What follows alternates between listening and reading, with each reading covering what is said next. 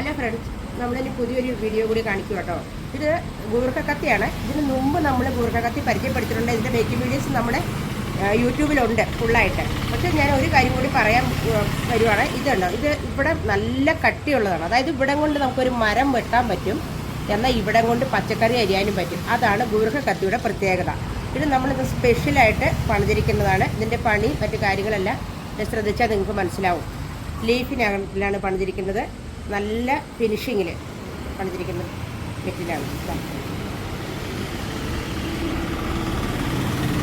ഇതിൻ്റെ മൂർച്ച നമ്മൾ കാണിച്ചു തരാം. അതുകൊണ്ട് നിങ്ങളൊന്ന് ശ്രദ്ധിക്കണം.